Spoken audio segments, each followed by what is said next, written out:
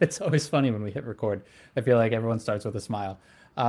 So for people that are, first time listening, watching, um, you have been a coach, a consultant, a director, a VP, a former Olympic athlete. You were a founder, uh, also now, mom, wife. Like before I run out of nouns or other titles, I'm curious. The first question I really want to dive into and or topic to explore, because you've worn all those hats, and we can unpack those as we go along here. But there's something that when we were talking about previously, we were talking about the. I was actually taught it was called the consulting spectrum. But I think for this episode, I think we can call it the coaching spectrum.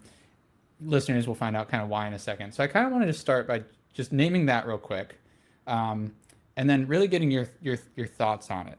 And so the the way the spectrum's kind of lined up, you have kind of consulting, tell people what to do on one end, give advice, mentoring, that kind of those sorts of things. And then on the other end, we have counseling, therapy, very much client led, and coaching can kind of sit somewhere in the middle, and it depends who you ask. But I'm curious, like first of all, do you have any other sort of milestones or markers that you would add, or any like specific definitions you would change for that spectrum? And where do you feel like you sit on the spectrum in terms of your approach, your style, what you do to work with clients? Whoa. Well, that's a nice big broad situation I can start with. So I'll just start with, yeah, there's a huge continuum, right? So there are some people who go in business consulting or even career coaching, right? Because career coaching is definitely giving you some more direction or directive. I don't know if I'm oh, anyways, there was an audio blip, but I think that there is a broad spectrum for coaching or consulting to what you said is therapy. But I don't know if I put therapy on the other end. But if we look at it in a coaching context, I would put consulting on one end and then coaching on the other. And coaching and like the way coaching is taught. So, way coaching is taught is literally take yourself out of the equation, never give any sort of opinion, make sure that you're getting the person to some level of self awareness, helping them on their journey, et cetera, et cetera. I did learn that way, and when I first started coaching, I think maybe I'm like most coaches when they start is like, okay, I can't say anything about myself, and oh my gosh, I shouldn't like any stories and whatever. But the reason why people came to me is because of my story, right? Because of my brand. My brand is I'm an Olympian. I went to Stanford. I've done all these things, et cetera, et cetera. They do want a little bit of your story. They came to you because you have a story. I'm a biracial woman with immigrant parents. They wanted to connect with me. So I think stories can be super powerful connectors. I think sometimes, too, I have clients who really feel a sense of being lost. And sometimes I think about I'm kind of like that little GPS location person where I kind of put us in one spot and offer something so that we can have a conversation from there. Because sometimes people have trouble with their thoughts and they're all over and it's kind of like a big jumble. But if I say, okay, what about these three buckets? Let's consider them. They go, okay, that's good. Let me play with those buckets. So I think I'm giving you a sense of my style is I think when I first started, I really felt like, oh my God, I got to stick to this framework. I got to really be outside of the circle of it's only just questions. And I was like, oh my God, I got to think of all the questions. And so I would write down a ton of questions. I do think that exercise is good because I think so much of what we're taught in at least American culture is, and I'm being very verbose right now, is to always just like think while you're talking and then say what I mean rather than real listening. Like I don't know if there's like a true sense of listening in the culture. So anyways, I think that the way I started was good because I think it kind of taught me this method of listening. But I think as you get more comfortable, as you have more frameworks, as you work with people a little bit more, you're like, oh, I've seen this before. Here are some questions I might ask. Like you get more comfortable, you can interject some stories. So it's a little bit more fluid, I guess, in conversational. I've noticed in the last, I don't know, year or two, I started kind of poking my head into Twitter or X, whatever you want to call it now. And I saw a lot of coaches emerge over there in different kind of little pockets. And I saw a lot of debates on like what coaching is and how we define it, and this kind of spectrum conversation, the continuum. And I think what you just shared really highlights for me, and it actually even gives me more clarity onto why I was seeing that, is because I think there's a lot of beginners that were arguing over which approach or technique or structure or whatever, where they got their credential, how they were introduced to coaching, all those kinds of things. And it makes me think about, I don't know if I ever shared this with you before, Iris. We've known each other for years now. But I took music theory in high school, and I took a couple years of it, and I had this teacher that was basically adamant that we would learn every rule, because he said music has rules, and you will learn every rule, and we will go through all the different time periods of like what the rules were and how they evolved and blah blah blah. And he said you have to learn those so that you know how to break them, because eventually, this structure, it's all there, but it's sort of like you start with the step by steps, you start with the structure, the approach, the tactics, whatever, and that's sort of what I'll call the science, and then it evolves into this art, and you're kind of like it's a little bit more fluid as it's kind of what you're talking about. And it sounds like that's where the spectrum starts to become more of a continuum. It's more fluid. It's you're kind of picking up pieces from here and there, and sort of pulling it together. And so I guess I'm wondering, for you, how do you, at this point in your career, how do you navigate that? Like if someone was listening or watching, and they're maybe a newer coach or a consultant, or they're thinking about becoming one, or even they're looking for hiring one, and they're not sure what they're even looking for, to work with themselves. How do you navigate that sort of the art, I'll call it, of coaching, and how do you just, like, for example, when do you as a coach pick a point, on a map and say, all right, this is where I'm going to hang my hat, or this is how do you decide this is this piece of my story that I'm going to share? Like, how do you sort of, does that make sense? Like, where are the milestones or the markers that you pick, and how do you personally choose them to sort of navigate someone on their, guide them on their journey? We can talk about this in two ways. I was thinking while you're talking is, one, I can talk about how I personally coach and approach the coaching conversation and where we go. And then I also think that there is some relevance to the marketing and branding of you as a coach as well. You kind of help me in that respect, right? I can help coach people on many different aspects. I've done career coaching, executive coaching, all these different things. So, so your question, I think, first is like, how do I approach the conversation? Is that what I'm hearing? Is like, how do I approach that first conversation, or how do I present myself to this person? Yeah, and kind of, well, and let's circle back to the business side of it, because I think that's always an interesting conversation to have. But the beginning is yeah, it's like, how do you even know which pieces to pull together, to, which ingredients are you actually choosing if you've got a cupboard full of skills and experience? How do you know which ones to pull out, and how do you start? Yeah, what's the first conversation look like? Gosh, I think, well, two things. One is, when I was working, I was at Valor, and that's where we met, and we were performance coaches. So there was some sort of label to that. So it was very clear that when people were coming in, and often with a sales background, that I was helping them on their mindset as they're working on their performance at work, as a leader or as a team player. And taking concepts of performance psychology or my background in sports, and then bringing that to the conversation. So I had like these ready-made clients that kind of knew and understood kind of the pathway, if you will. I think the most important conversation you're going to have with the client is the first conversation with the client, right? So we so much want, especially if you're working as a coach on your own, to sell ourselves in coaching. We're so excited about it. But there are going to be clients who are in scope and out of scope for you. I've had clients who really wanted me to come in because they knew I had a background in business to help them work on like a merger or acquisition that they were having with their business. And I'm like, this is not the right coaching for that. I am not a business coach. Like, that's not who I am. I'm going to talk about your feelings a little bit more. I'm not a therapist, but I am going to ask you how you feel about a scenario. And some people were just really uncomfortable with that.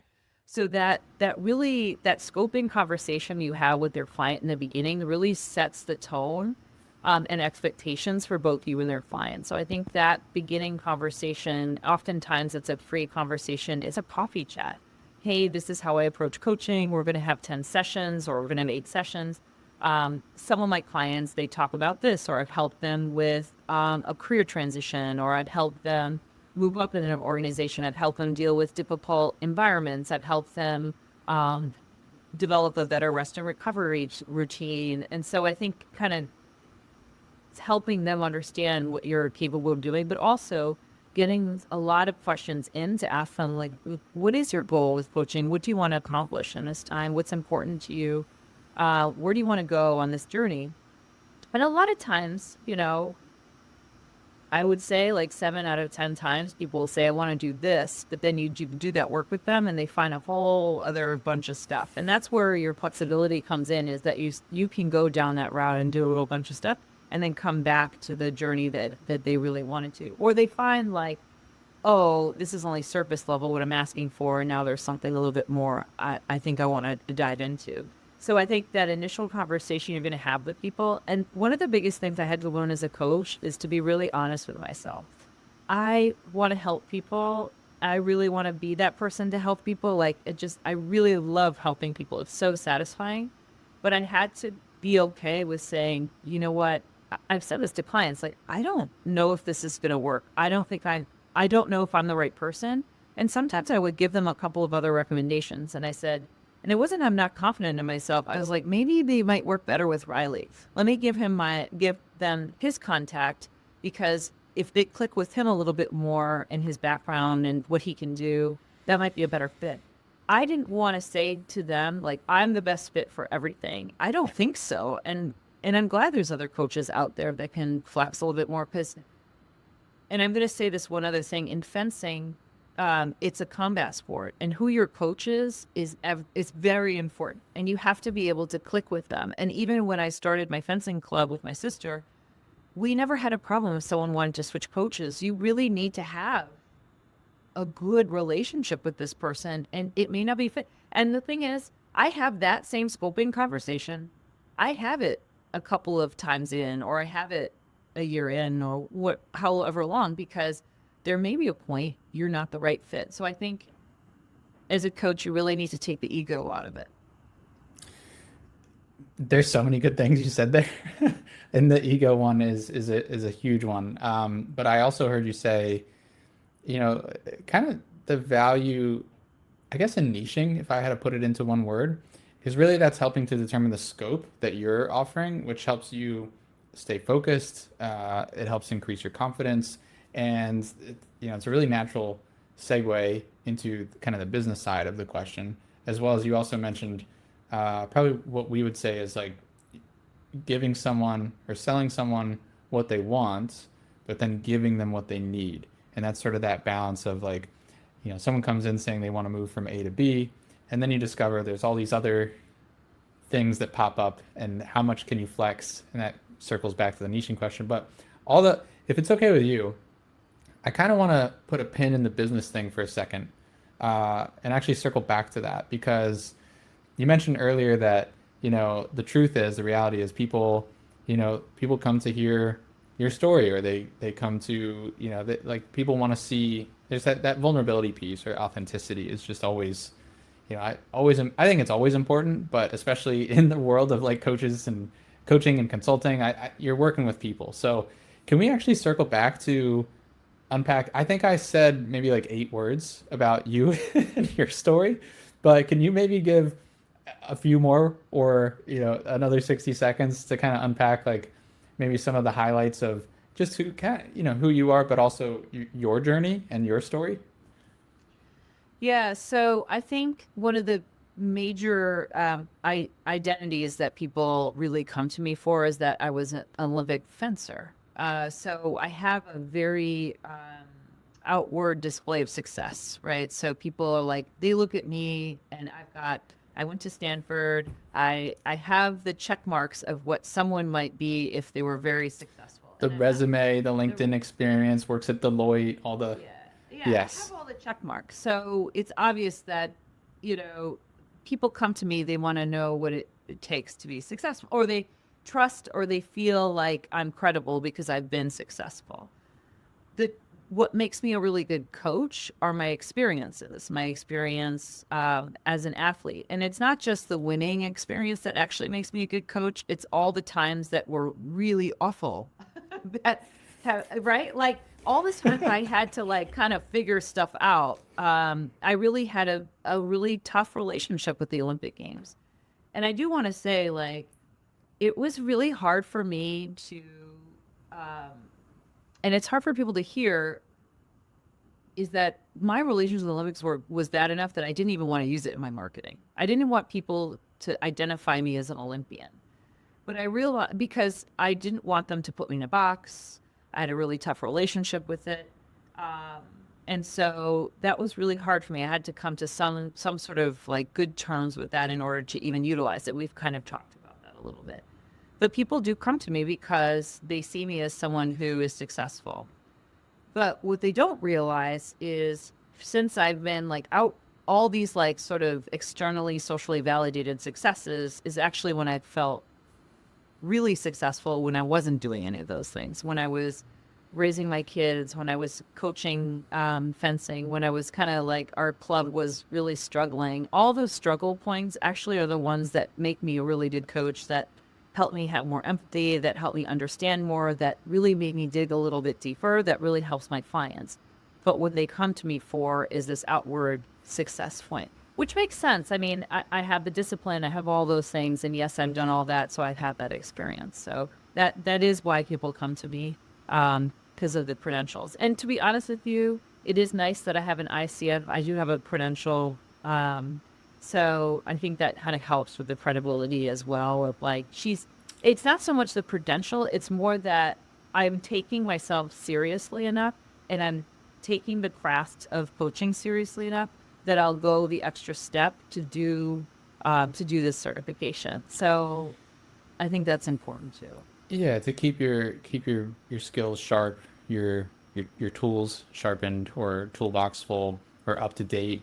Um, I'm curious what your thoughts, because like one of the really common traps that we see people fall into in this space, specifically coaches, probably even more so coaches than consultants or anyone else similar, is going after that credential or certification, whatever it is, and then going after another one, and then another one, and then another, and just thinking that like basically never getting off that treadmill, and forever pursuing more credentials, thinking that that is the ticket to success, or that is the ticket to being a better coach or a more successful coach and having a successful coaching business.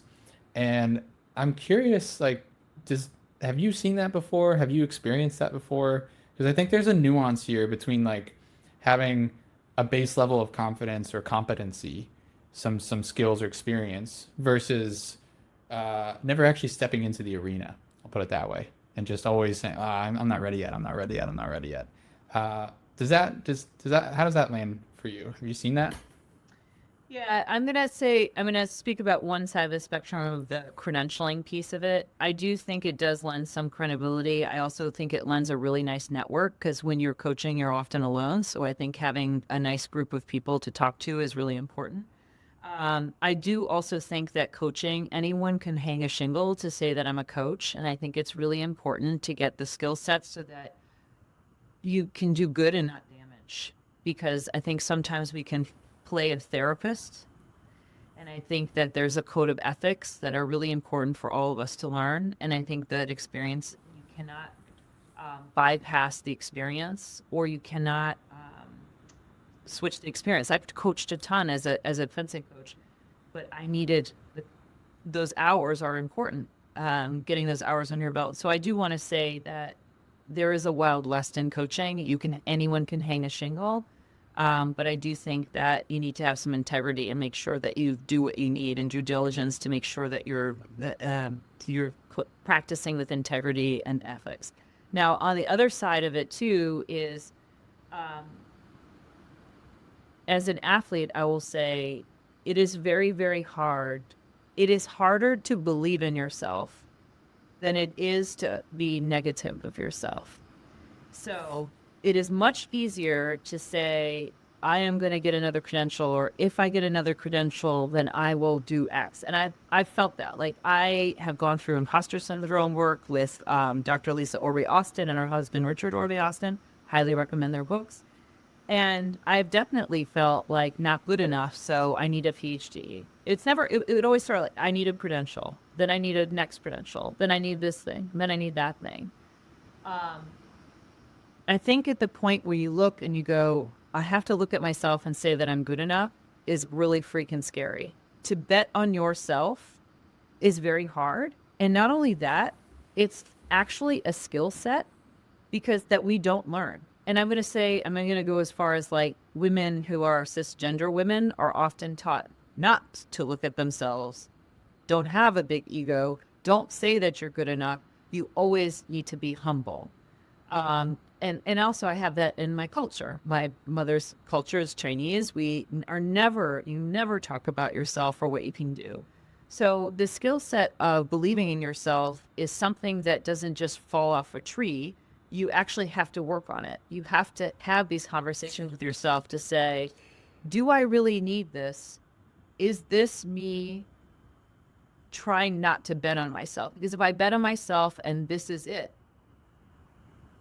and this is okay, and I say this is okay, it's scary. It's scary to bet on yourself. What makes it scary? I think that, what if it isn't good enough? What if you fail, right? So what do I do? It's more intense, right? Betting on some game where other people are playing it and they lose, it hurts, it's hard, right? Even the election, like your candidate wins, they don't win, it's hard, it's tough. But when you don't win, or if you don't, there is such a visceral discomfort. And I've said this to you, like the failing while you're failing. I didn't say this to you. I posted about this and you commented. While you're failing, it feels like absolute terrifyingly terrible. So you will do everything in your power not to go there because what if I feel this feeling? And you have to be okay with that. You have to bet on yourself and say, I might get it wrong, and that's okay. And what you're going to do is you're going to find a support system, and you're going to find tools so that you can make little steps, so that you can fail a little, step forward, fail a little. So the first step is to recognize that you're hiding behind another credential. And sometimes that's Riley telling you, you don't need another credential that are banging behind your credential. Right? It could be. It also, I think hearing Iris say it can certainly help. But it sounds like when you boil it down, at least, the words I'm hearing you say now, it's really the fear of failure. And it kind of goes back to the, what we're talking about of, between being in the arena or not, or being on the field or in the gym. I don't know what it's called that fencers stand on, but whatever, you get my point, is the the platform. So I think it's the fear of failure. And then from there, I mean, I remember you talk about like ethics and like, credibility, credentials, like, I didn't personally go through a coaching certification program. My co-founder, partner did, but I went through a master's program. And that's where I learned about all of, it was rooted in psychology and counseling, and we had the performance aspects and sports psychology. And that's where, we talked about a lot of these things that you're bringing up. But when you boil it down on a human level, oftentimes there's one professor in particular, I remember actually from undergrad, but it was there were graduate students in the class as well, that I believe it was a group psychodrama, psychotherapy. It was like someone cried every class. It was crazy. And what we talked about, it was based in CBT, cognitive behavioral therapy, and what we talked about was boiling something down using something a technique called the automatic thought record to your hot thought. And your hot thought was like that thing that just like sticks in your side emotionally. It's that dagger in the chest or in your ribs. And that fear of failure, it might actually be that like I'm not good enough. That's a really common one. Or like I'm not lovable, or I'm not, or I am this, right? It's those kinds of statements. And I think a lot of times, whether we're aware of it or not, I kind of get the sense that like that's what you're talking about when it's like it's scary. Even if we dress it in the word of failure, of like, oh well, what if I don't succeed? It's like, well, that most people don't succeed on their first try. It's actually extremely common, and that's part of growth. That's part, and like logically, we're aware of that. I think the real feeling that's underneath the surface, what you're talking about, is, but what if I'm not good enough? Or what if, or just it's that deep, and that's where we talk about like your childhood or culture or wherever it came from. Everyone's got their trauma or something, but I'm seeing you nodding, so it seems like we're on the same page here. Yeah. So, I think that's an important point. Yeah. Is I have a podcast on training. We are trained, and okay, so let's say it's outside of gender. We are trained to drive from that place, at least American culture, from the place of you're not good enough, or, oh, you got a B, you got to get an A, or, there's all these instructors that are placing that on there, but there are no factors that really, I don't think we really do justice to the kids to figure out like, how do I fail well, right? Like, or how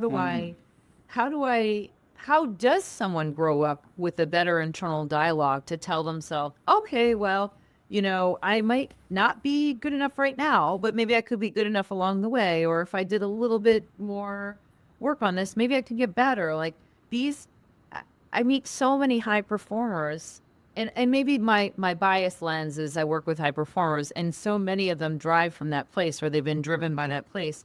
And we have to work on driving from a place of joy, fun, safety, and making a mistake. So I think we need to kind of develop the systems, processes, and groups, and surround ourselves with a coach or person or people or ways so that we can learn how to have a better internal dialogue, so that we're not always like, what if I'm not good enough? What if I'm good enough? What if this might work out? Or maybe I can talk to Riley and he can tell me all the ways that it might work out, right? Or we could talk about it, right? So like, I think we just never learn how to do a better job with that dialogue, because it's actually, and I know you want to say something, I'll say, when I was coaching fencing, it's a lot faster to teach a child through negative reinforcement because they want to please you. Because I grew up that way. I had a super abusive coach, that. And then I tested the other way. Oh boy, does that other way take a long time. And oh boy, does that other way take a full lot of hand holding, hugging, working, planning, organizing. And so it's a lot faster for me to be like, you're an idiot, don't do it that way. That's literally what he would say to me. And then immediately I was like, well, I don't want to be seen as that. So and I'm trying to do it right this time. It's very different where I have to drive it from, hey, this one wasn't that great. How about let's try the next one and then make it fun. It's a lot more work on me as a coach. I have to shift it up. I've got to work with them. And so I'm just offering that as I'm understanding where we're coming from. And I don't want your audience to feel like it's all on them. I want them to know that when we are scared or afraid or feel like we're not good enough, that there are resources and people and things, and it's not all your fault and it's not all on you. And it is hard. It takes some guts. Can you explain when we say it's hard, both, and it almost doesn't even matter in my opinion, but you can answer whatever way is easier for you. I don't think it matters particularly much whether you're the coach or the client, but just either way, you're human. And when it feels hard, and you say it's harder, it's more work for you as a coach to take that. Can you explain what that act? I'm going to try to be very articulate here. The actual emotions or feelings or thoughts in the moment when you say this is hard or this is extra work. Can you be really specific from your experience? There's a story that comes to mind for me as well, but I'm curious to ask you first, like what is, can you talk us through what that moment is so that people can actually understand and define and identify with what that work is. What is hard? What does that feel like? I'm gonna, I can give you the firsthand experience, but I would like to start with what it's like to coach someone when they're going through the shifts, because I think you've got a lot of coaches on here. There is everything in me that wants to take either a fencing kid or my client and make it easy for them. I want to make it easy because I really care about you. I really care about how you're doing. And I want your discomfort to go away and I want to fix it for you. And Oh, I think, yeah, I mean, you don't get into coaching without, of for the most course. part, wanting to Yeah. help people, right? And we want to fix it for people. I mean, let's just call a spade a spade. A lot of people just want to feel like they can be there to help fix whatever it Yeah. is. Now, I think it's really important to hold the space for the discomfort. I think it's important to know that they may hang up the call and feel like junk. They may be upset and feel like I'm still stuck. I feel even more stuck and this is hard. And I can't, I think the hard for me is when you feel really stuck and you have no like exit plan or strategy. Like you just like feel like tight in a corner, right? Like you're like, this is so hard and I have no way out. I coached one, I'll give you an example. I love this woman. She and I are still in touch. She texts me. We have a good relationship. When I started with her, she was stuck at a job and she felt really stuck. And we played with visualization every time and she visualized herself chained to a desk. And I would say, do you see a way out? Do you see a window? And she goes, the window is like way over there and it's tiny. I can't reach it.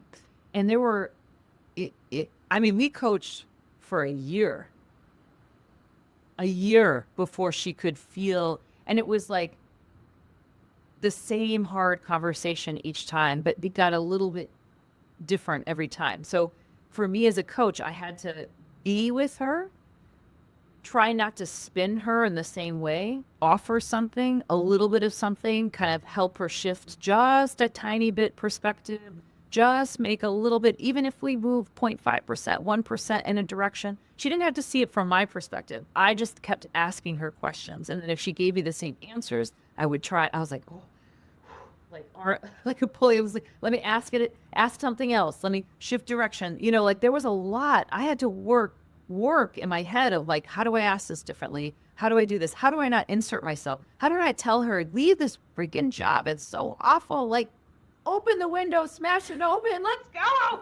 But like, and then there was one day, like a year later, she's like, duh, there's clips over here. And I was Clicked. like, huh. Yeah. But you can't do that for them. You can't bring in the clippers you can't tell her It's what the tool is. you bring a horse to water, you can't make it drink. The kind of way. That's the cool thing about coaching is that I'm like sweating coaching her. I'm like finishing the session, like gonna ask it a different way. And you gotta love that as a coach. You gotta love being in the muck with them.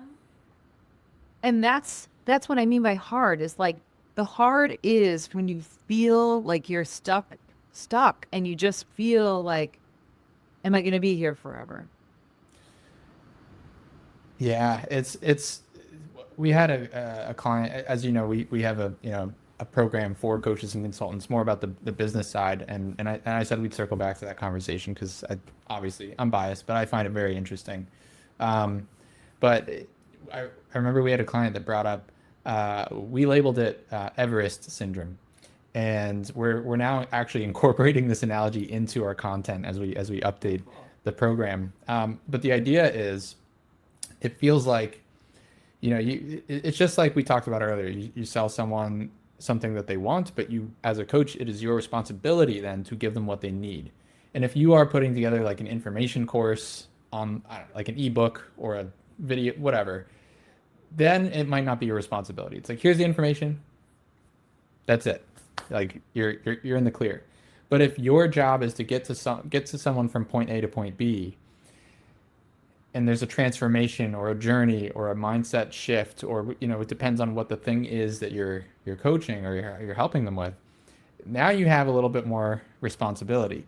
And so when we were talking about this term, the Everest syndrome, it was this feeling that, like, okay, I knew it was going to be a lot of work, but now that I'm actually seeing it up close, it's kind of like, I know Everest is tall, but when you actually get up to it, and you climb the, whatever it is, 20,000 feet to just get to base camp, then you realize how just monumental, then it can start to feel overwhelming, and you're like, how do I, how many bites does it take to eat an elephant, kind of a thing.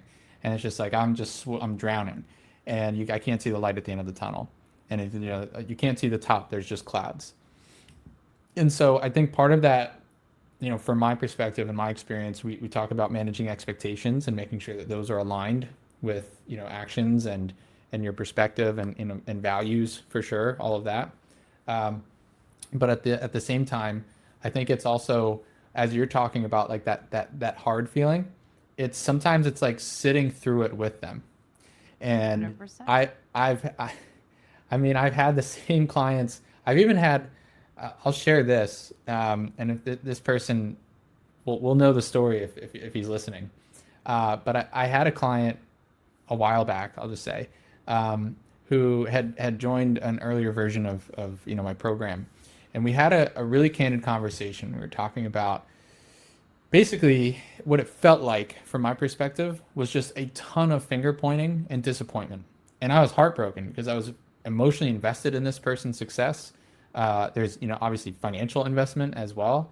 And I wanted to show up and make sure that I was doing everything in my power for this person to succeed. And I had to sit there and say, look, I know you're pointing the finger at me right now. However, I'm still here to help. I cannot change the past. I can't even really promise that I can change your perspective right now either. The only thing for us to focus on is kind of like the what's next. So let's get really clear on where you're trying to go. What have you done to get there? And by the end of the conversation, he was thanking me.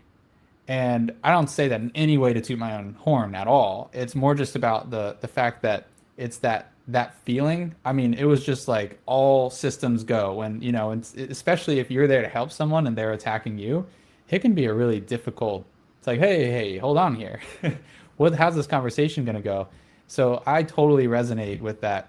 The feeling, it's both from the client perspective, where it can feel like you're climbing Mount Everest, but then also as the coach, where it's like, wait a second, I'm here to help, and I'm getting, and like been nothing but helpful, and yet they're frustrated and they're taking that on me.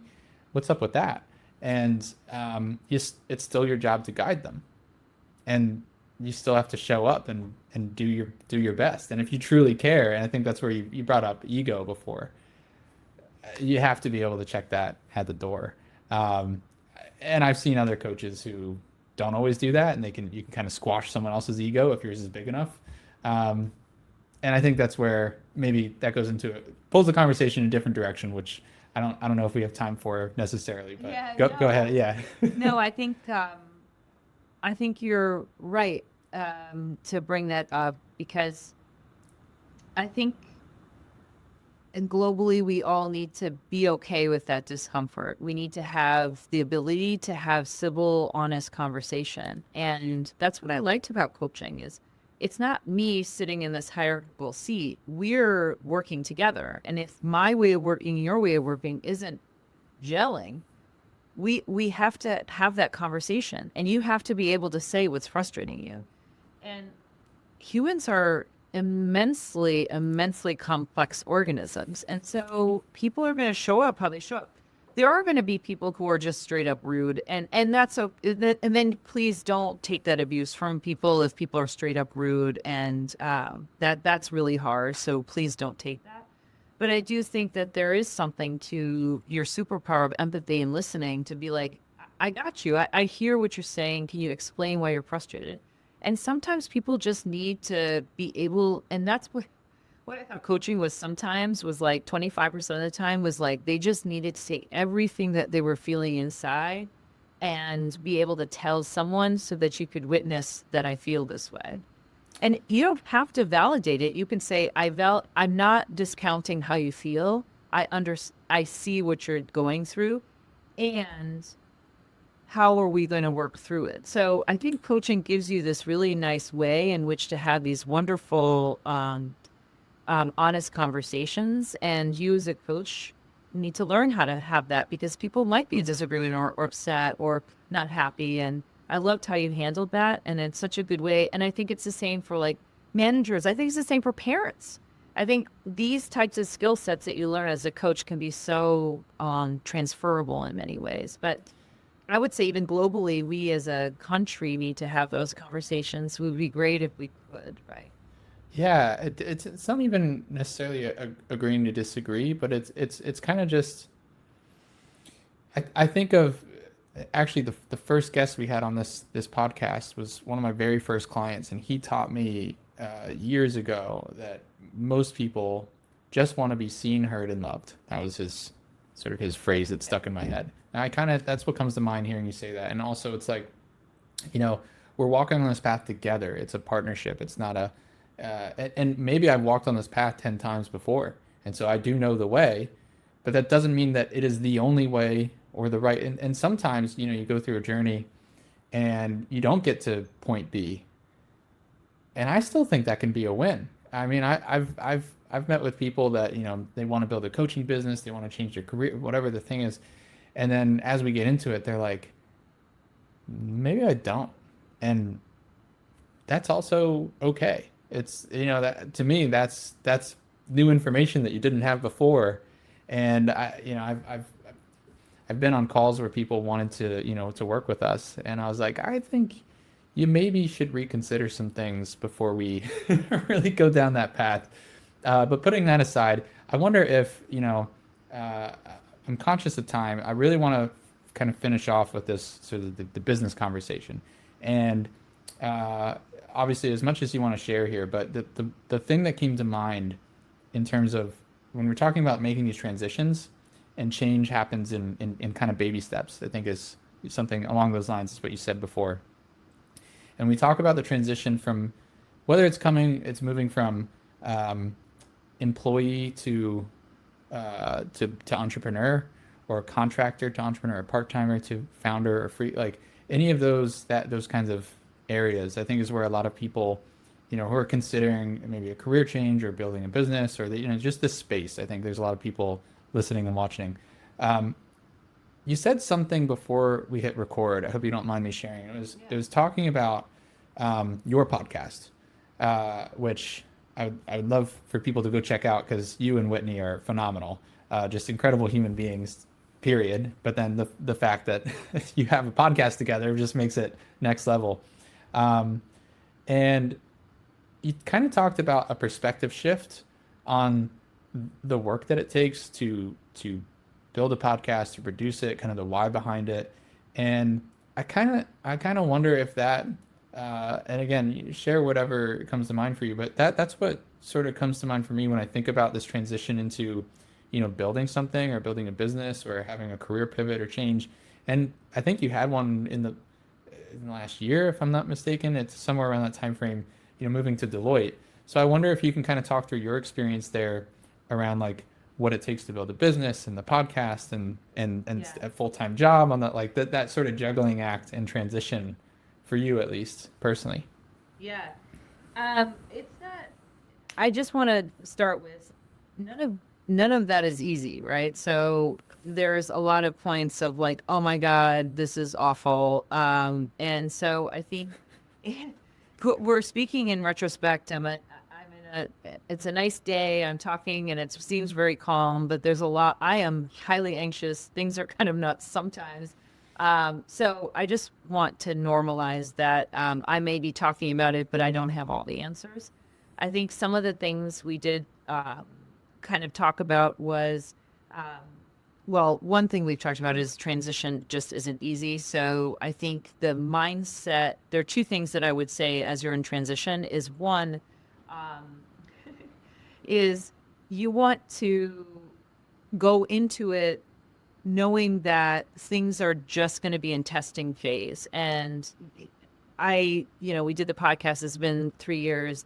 We went all in and we tested stuff. It didn't work. The second year, we tried something else. Third year, it's kind of gelling. So I do think it does take time. Same thing with the fencing club. It took us 5 years to get rhythms going, to feel good about things. So, and it took 5 years to even make any money. Like, I think we made like $10 in 5 years. We were in debt when we started, right? So I do think that there's a period of real discomfort because you're just trying a lot of things and everyone has all these opinions. So be careful of who you're talking to and where you're getting advice. And please, like, have empathy for your own self. But I think on the other side of it too is you're holding yourself accountable. So the accountability and empathy thing is really interesting to me, and it's always not intention, but it's works together.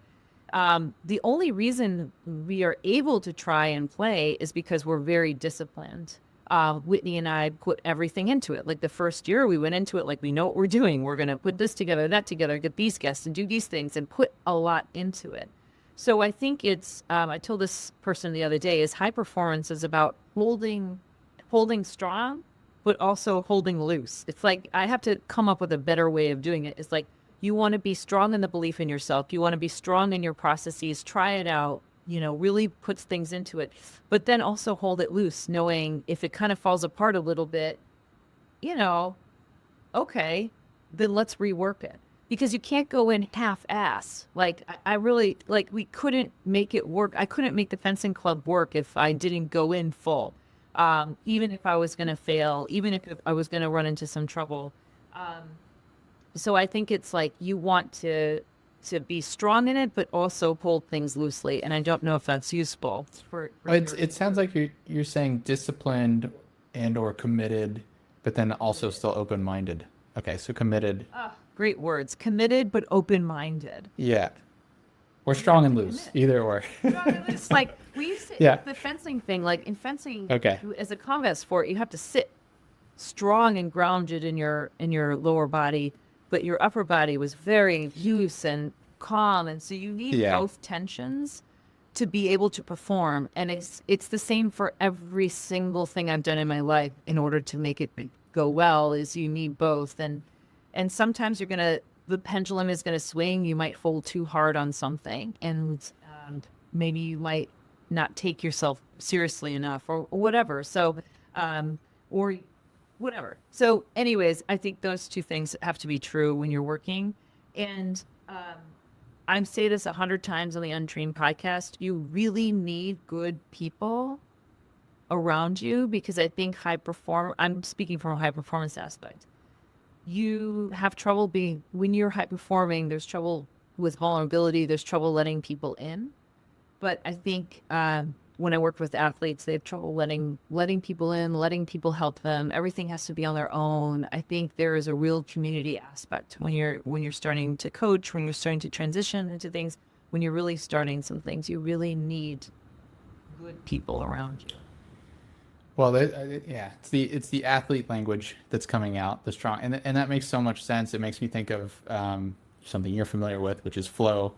Mihai Csikszentmihalyi. Oh my God, Don't I ask me to can't spell say his that name. last name. Yeah, Oh, Lord. but he's whenever it was 60s, 70s when that concept first came out. But it makes me think of that chart, which is challenge on one side and then I guess skill on the other. And if you are in a state of flow or peak performance, you have to have the two balanced. If it's overly challenging, then you move into overwhelm and anxiety and you're not performing very well. But then also, if it is underwhelming and it is just too easy and you're bored, you're also not very engaged, also not performing very well. And it starts with awareness of that, which you just lived. So I think people like you and well, I don't know, I shouldn't put myself. I was an athlete. I was not an Olympic athlete, but but I was an No, but athlete you once get the upon a time. concepts. You can feel it. You're embodied Exactly. the Yeah. concepts. Yeah. And there's definitely those comparisons between athleticism and business, or athletics and business. And I think really in life in general, it makes a lot of sense that life is performance in a lot of ways. A lot of aspects of life is you have to perform, you have to put in effort or work. And but again, just whether there's no end, there's no like, you can't. I love the like, you can't eat so much that you're never hungry again. You can't like check the box. And like whether hunger, thirst, relationships, business, there's not like a finish line. And it's just like, I'm done. You can't practice so hard that you're just good at sports forever. It just doesn't work like that. It's a continual thing. You have to keep putting coal into the fire. Yeah, but Or- even if yeah, and you're right. I know I'm not an Olympic gold medalist, but I talked to Olympic gold medalists, and it's not like you would think that Olympic gold medalists, I don't know, 2-time, 3-time Olympic, and you'd be like, they're so super fulfilled and satisfied in their life. No, even less so sometimes. yeah, research says quite the opposite. Quite the opposite. They almost be like, whoa, now I got all this pressure on me. So I think it's really important that Whitney always says that we always have these statements. If I this, then I can rest. If I reach this peak, then I'm going to be successful. If I have 1,000 followers, then I can be happy. I mean, you're literally just, this is life. This is it. This is it. This is what it is today. And then tomorrow is another thing, right? And then the next day. So I think it's important to really set, to your point, those expectations. I just think I think that's a beautiful point, probably to kind of finish up and end on as well. And it makes me think of I don't know if I've shared this with you before, Iris, but it makes me think of that Spider-Man quote, with great power comes great responsibility. You've heard that before? Yeah. I, for the longest time now, have always been, especially in the terms of business, I've been thinking it is really the other way around. It is with great responsibility comes great power. And I think that's kind of what you're speaking to, which is it starts with awareness. And once you're aware, then you have a choice. Like so much of life is, the river of life, you can just be, and you will flow through it for sure. And I think a lot of it, there's nothing inherently wrong with that. But when it comes to a performance or something, a level of achievement or accomplishment or just something, which is part of what fulfillment it comes from, is a sense of achievement. And is it self-efficacy? I'm blanking on the, I think there's another word, but it's that, yeah, this sense of, I have done something and I can feel good about it. Or helping others, if that's where it's coming from for you as a coach or consultant. And in order to do that and to steer your boat down the river, it comes with it's that accountability, taking responsibility. And that is where it's not the other way around, just like confidence. You don't like feel confident and then act, or you don't get in shape and then decide to go to the gym. You don't make money and then decide to invest in your business. They're these frames, I think we just take for granted sometimes. This is kind of how it goes. Right. But when I'm hearing you speak about it, it's like, no, this is, if you don't make a change, Yeah. this is your life. This is what it is. And Yeah. again, good, bad, or otherwise, it's just be aware of it Yeah. and then choose accordingly moving forward from there. And that's what a good coach will help you do. That's what I'm hearing from you. Yeah. Coaching is a wonderful craft. I think it's something that even if you don't become a coach, I think being aware of just all those skill sets that you gain as a coach is really important. So I do love the craft of coaching, and I do love my coaching community. And I'll just end with, if you have coaches out there that want to reach out, I'm on LinkedIn. And I've helped multiple coaches, as you have, just kind of think through. I would send them to you eventually. All I do is just chat with them and see where they're going. And then if they want to build a business, I send them to you. But yeah, coaching is a wonderful art form. It's a craft, and done well can be useful to you and to others. So So if people, just to add to that, if people do want to check you out, other than type your name into LinkedIn, or if they want to find your podcast, where are the best places to check you out? Yeah, well, right now, actually, it is LinkedIn. I'm on there and I'm pretty active. And then our podcast is on YouTube and also anywhere you get your podcasts, mostly Apple Podcasts. Most of our listenership is on Apple Podcasts. So it's called Untrained, and it's with Whitney Otto, who's also a coach. She is a PCC level ICF coach, and myself. So, yeah, I appreciate the conversation. I always love talking to you. Likewise, Iris. Thanks for taking the time to come on here. And I really hope that people do, go look you up and check out your podcast as well, because yeah, the two of you are just brilliant human beings. So thanks for doing what you're doing. We have a good time. And Whitney shows up sometimes in a blow up unicorn costume. You can't miss that. Okay, now I'm stretching my imagination for how to take this to the next level. So on that note, I will leave it there. Thanks so much, Iris.